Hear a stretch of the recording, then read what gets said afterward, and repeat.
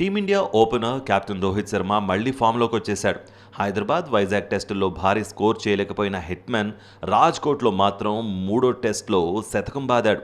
జట్టుకు అవసరమైన సమయంలో అదరగొట్టేశాడు. 33 పరుగులకే 3 వికెట్లు కోల్పోయినా జడ్డూతో కలిసి మరో వికెట్ పడకుండా ఆదుకున్నాడు. ఇంగ్లాండ్తో జరుగుతున్న మూడో టెస్టులో భారత ఓపెనర్లు రోహిత్ శర్మ, జడేజాలు సెంచరీలు చేసి కదం తొక్కారు. హిట్మెన్ 157 బంతుల్లో 100 మార్కును చేరుకున్నాడు. టెస్టులో రోహిత్కిది 11వ సెంచరీ కాగా అంతర్జాతీయ క్రికెట్లో మొత్తంగా ఇది 47వ సెంచరీ. వన్డేల్లో 31 శతకాలు, ఇంటర్నేషనల్ టీ20ల్లో 5 సెంచరీలు ఉన్నాయి. ఇక ఆల్రౌండర్ రవీంద్ర జడేజా కూడా సెంచరీతో అదరగొట్టాడు. టీమిండియా ఆరంభంలో చకచకా వికెట్లు పడినప్పటికీ హిట్మ్యాన్, జడేజాలు క్రీజ్లో పాతుకుపోయారు. ఇద్దరు కీలక భాగస్వామ్యం నెలకొల్పారు.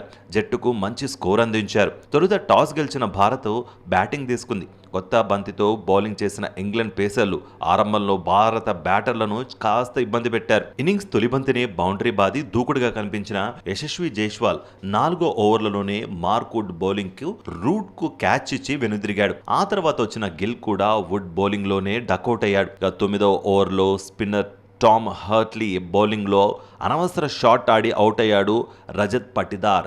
తద్వారా వచ్చిన రవీంద్ర జడేజా సొంత మైదానంలో మంచి ఆట తీరును కనబరిచాడు. కెప్టెన్ రోహిత్ శర్మతో కలిసి ఇన్నింగ్స్ను చక్కదిద్దాడు. ఆ సమయంలో మరో వికెట్ పడితే భారత్కు కష్టమయ్యేది. కానీ చెత్త బంతుల్ని బౌండరీలకు తరలిస్తూ వికెట్ల మధ్య పరుగులు తీస్తూ వేగంగా స్కోర్ బోర్డును నడిపించారు. క్రీజ్లో కుదురుకున్న ఇద్దరు బ్యాటర్లు లంచ్ తర్వాత వేగం పెంచారు. మరింత దూకుడుగా ఆడారు. ఇంగ్లాండ్ కెప్టెన్ బెన్ స్టోక్స్ ఎంతమంది బౌలర్లను మార్చినా ఫలితం లేకపోయింది. ఈ క్రమంలోనే రోహిత్ సెంచరీ పూర్తి చేసుకున్నాడు.